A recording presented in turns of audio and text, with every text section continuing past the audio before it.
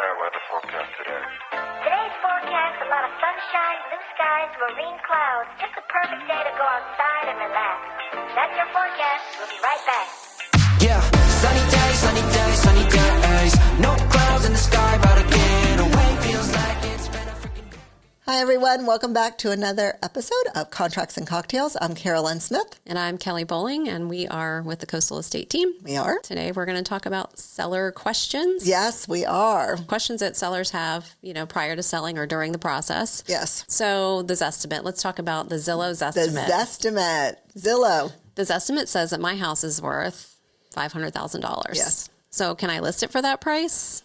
Where's the little button that we push? Right.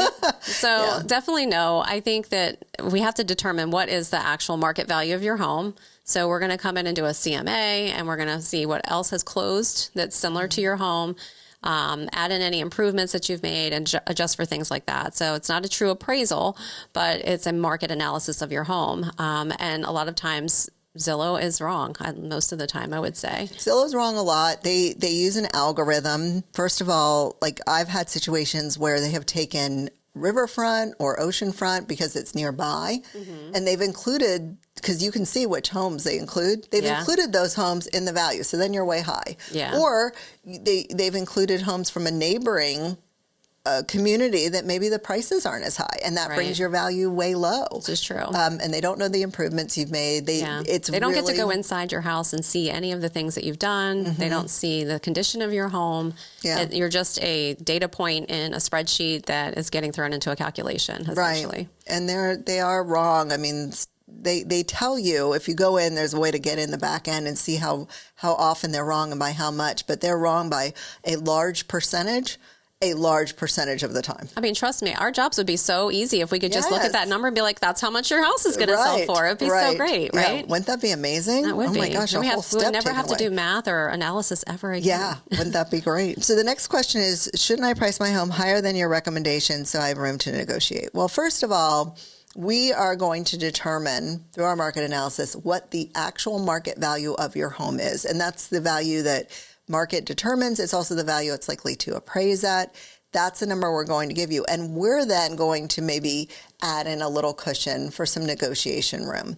Depends on how the market's behaving right then, honestly.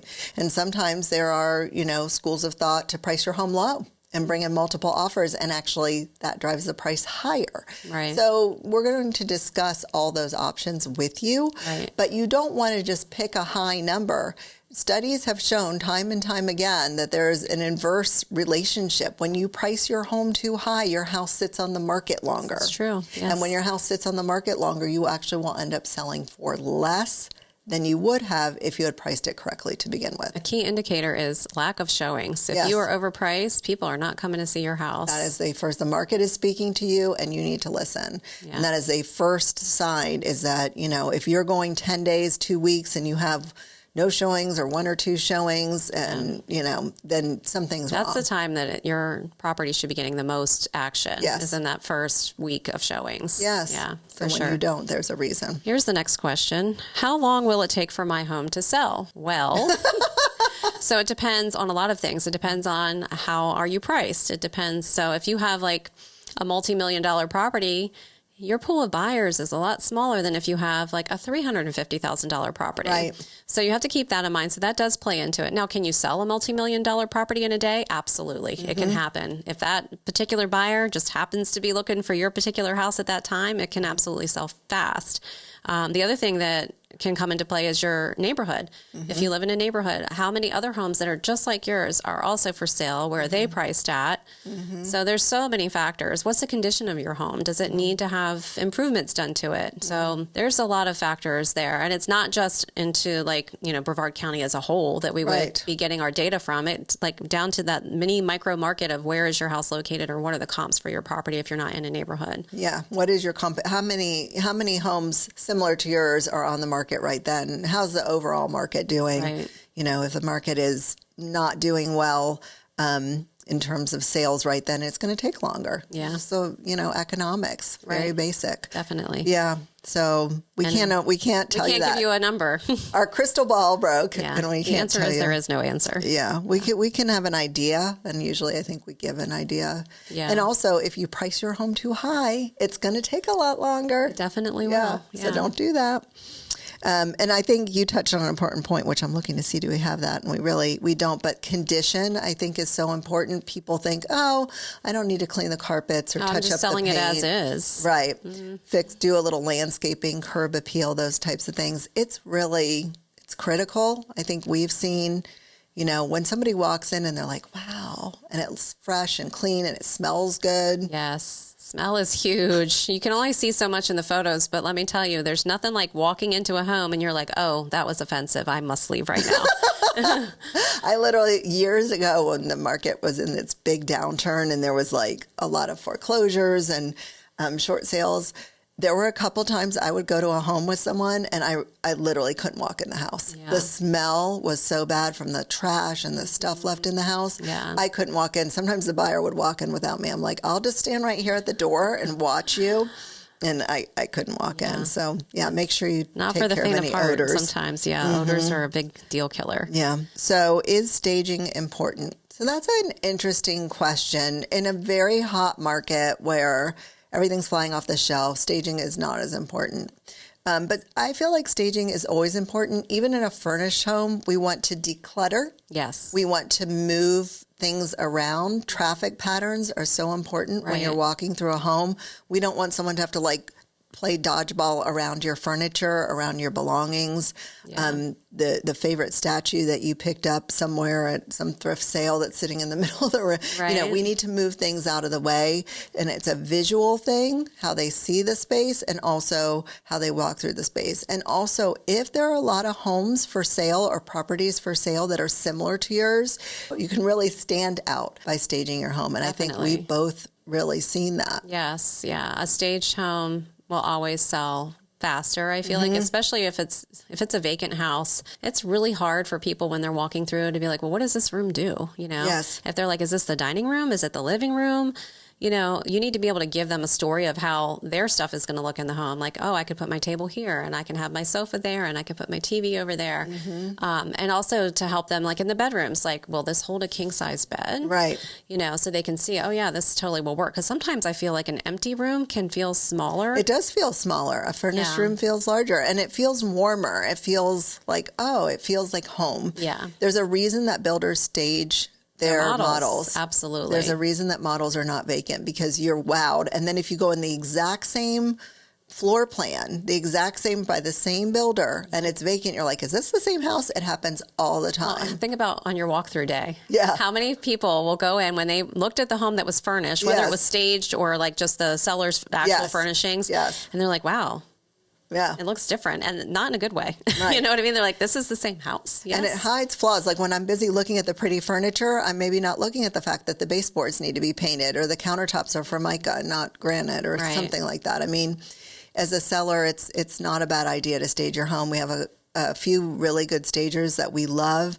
I think the price is reasonable and it pays you back Oh, in droves. yes, absolutely. Like you're definitely making money off of it. It's a great investment. Yeah. It might seem like a lot of money up front, but I feel like it is so worth it. Definitely. And it takes money to make money. That's true. Yeah. That's true. And I want to say one more thing is that Kelly and I, if you have a furnished house, we will come in and advise you like, hey, let's get rid of some of these things. Let's move some things around. Listen to us. Yes. When we're telling you to do that, Yes. listen to us, take our I advice. have a handy dandy booklet too that Yes. helps you. It's like a checklist of Yeah. what to get rid of. Just the small things. It's not so much about the furniture, but Yeah. the small things like that you leave on your countertops. Yes. Yeah. Listen to us. And that leads us to, is photography important? Oh my gosh, yes. You do not want me with my iPhone taking pictures and posting those on the internet. You don't want them.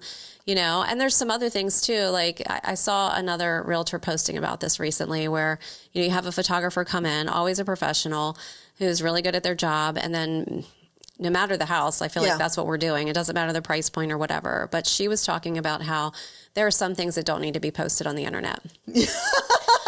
So if somebody There's has things we see sometimes in the photographs. We're like, and it's a respect thing. I feel like Yes. if somebody has like a hoarding problem, that's a mental health issue, and Yes. you don't need to be blasting that all over the Right. internet for people to see. Maybe that's when you only include an outside photo. yes, And you can put something in the notes. There are no interior photos. I can send you some if you need them Right. because I have them, but we're not posting that. Right. Or, maybe somebody has like a collection of weapons that they want to display on the wall. Right. I don't feel like that needs to be on there because that becomes or the deer head. Yeah. Yeah, I just feel like there's some things that don't belong on the internet. And there's also like privacy issues, like with the weapon collection on a wall.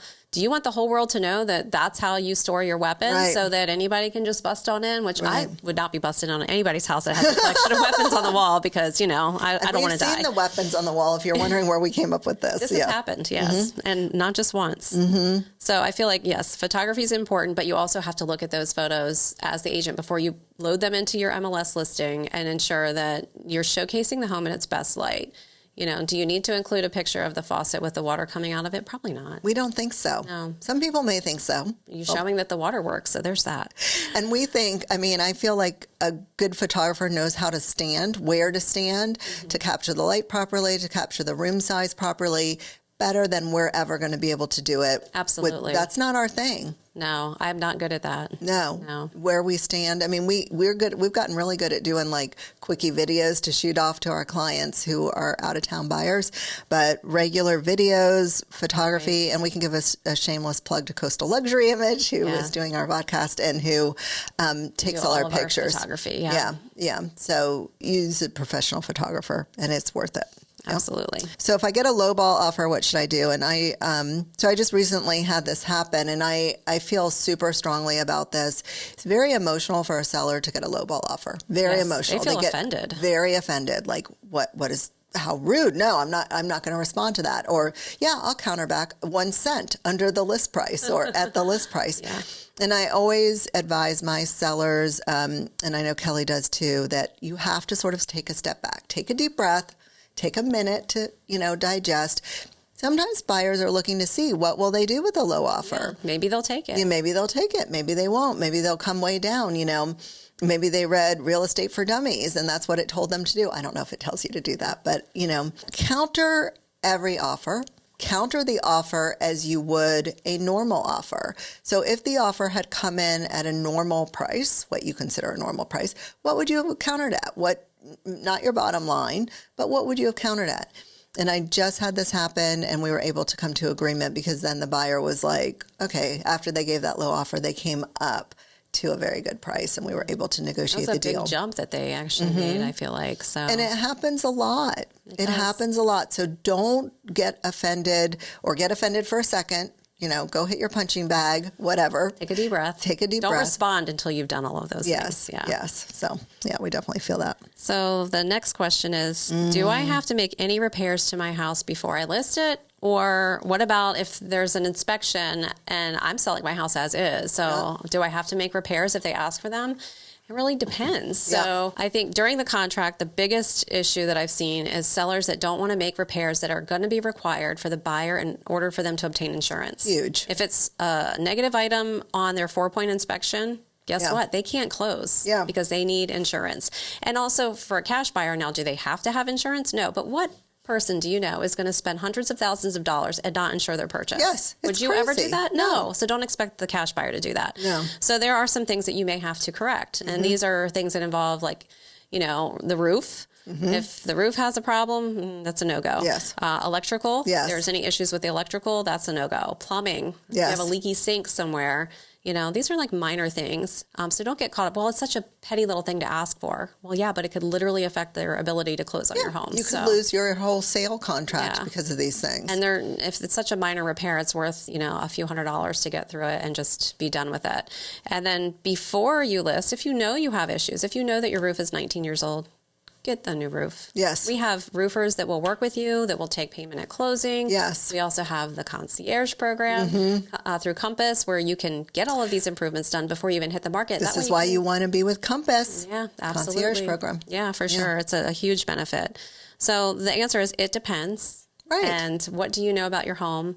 what are things that if you were buying a home that you would see in your own home, you'd be like, oh, that needs to be fixed. So really kind of step back and look at it from somebody else's shoes. And if you don't want to fix something, and it doesn't have to be fixed, like it's not an insurance issue, they came back, they asked for something, and you're like, I really don't mind fixing it, or I don't mind, but I don't want to, I'm moving, I'm dealing with all this stuff, I don't want to deal with it. Sometimes you can offer a credit. A credit at closing and let them fix it after closing. Right. Or you can just, dig your heels in and say nope, and then cross your fingers and hope that that's not the one thing that they're like, that's my deal breaker. Yes. Like something silly like an ice maker on a fridge or something like that, because that does happen. Yes, it does. Yes. And people walk away from a contract for that. So Right. be careful. So should I take an offer that has a home sale contingency? So we talked about home sale contingencies when we did our buyers contract. We don't mind home sale contingencies. And part of it depends on, as your listing agent, part of our job is to figure out, is the home already listed? Is the home already under contract? Is it through inspections? Is it in an area that's hot? Where What's the chances it's going to sell fall if through? it's not already on the market, or or that the deal's going to fall through, and if it falls through, will it go back under contract quickly? So we usually reach out to that person's listing agent, so the buyer's listing agent, or ask for market reports and things like that, because if they're out of area, right, we don't necessarily know that area and how it's doing, and they can usually provide that information and are happy to do so. Right. But you shouldn't always refuse a home sale contingency. People who have home sale contingencies often will pay a little bit more because they realize the value of having that.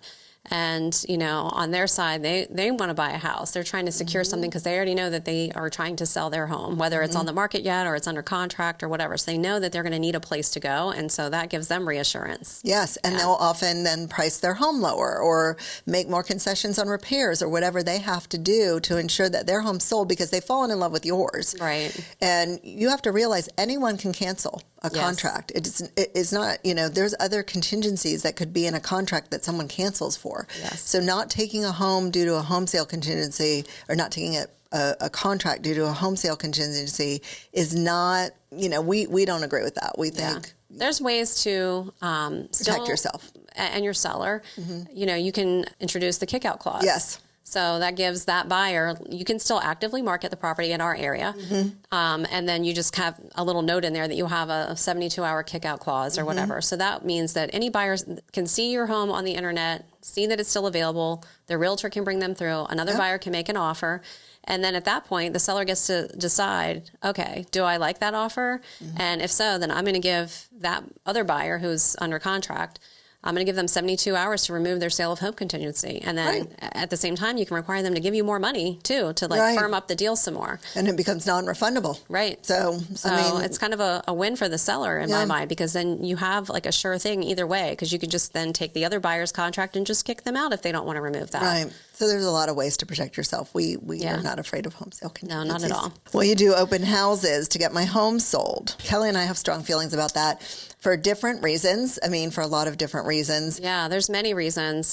We don't love open houses. And it's not because we don't like to go out and put signs in the ground and sit in a house, on a Saturday or a Sunday. It has nothing to do with that. It's more because I strongly believe that open houses are not there to sell your home. They are there to market the agent that is in that open house solely so that they can get buyers.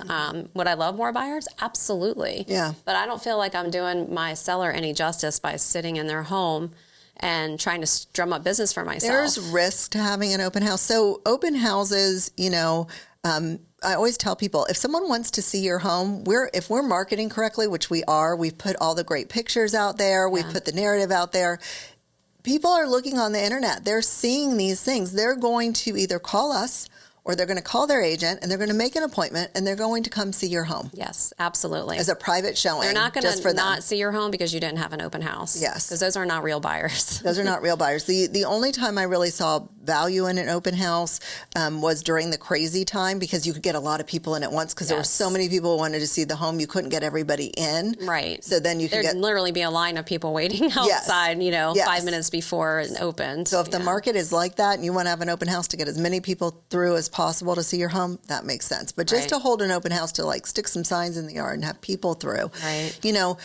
If you have an open house, you better remove every valuable, because we cannot follow people around. And the people who are looking to take advantage of the fact that your house is open, they come in groups. Yeah. Somebody distracts you while someone else is digging through your medicine cabinet looking for medication or digging through your drawers or whatever. So, we cannot guarantee that every belonging in your home is safe. Right. So I always tell people, if you're having an open house, you have to remove every valuable. Yeah. I can't be responsible for that. Well, and then what if somebody falls or gets hurt on your property? Yes. Which, has that ever happened? I don't know. I haven't actually researched it, but it could. People are kind of sue happy in this world that we live in. So I don't know. It just opens up a big liability for you as a seller, I feel like. And also, a lot of the people that are coming are your neighbors. They are your nosy neighbors. They want to see how you live. They want to look at how you've redecorated. They want to see that improvement that you made that they heard all about, that everybody in the neighborhood's talking about. Mm-hmm. So they want to see your new kitchen. Of course. I mean, it's... Humans are just curious people like that. Yes. We just are. So I feel like it's very natural for people to want to know what's going on. And they'll identify themselves. Oh, I live down the street. And as agents, if we're holding an open house, we love that because maybe they want to sell or they know somebody else wanting to sell. Or introduction to people is the main reason that agents have open houses. Yes. If you really want an open house, we're happy to do it for you. Of course, and we've done them. We've done them. We've done them, and we obtain clients from them. So we don't mind, but there are risks to you as a seller, and you should be realistic about what the purpose of the open and house also is. Less than 5% of home sales were because of an open house. Yeah. So that's not where a majority of the sales are coming from. And even then, you don't know, would those people have come in the house anyway? Likely so. Yeah. Would they have made an appointment? So, all right. So that's it, I think. Yeah. So if you have any questions or you're looking to list your house, we would I can't speak today. I speak backwards today. There's like a cartoon for that. We would be happy to do a market analysis for you. Please reach out to us, 321-422-2160 or hello@Coastal Estate Team. And we will talk to you soon. Cheers. Cheers. Sunny days, no clouds in the sky.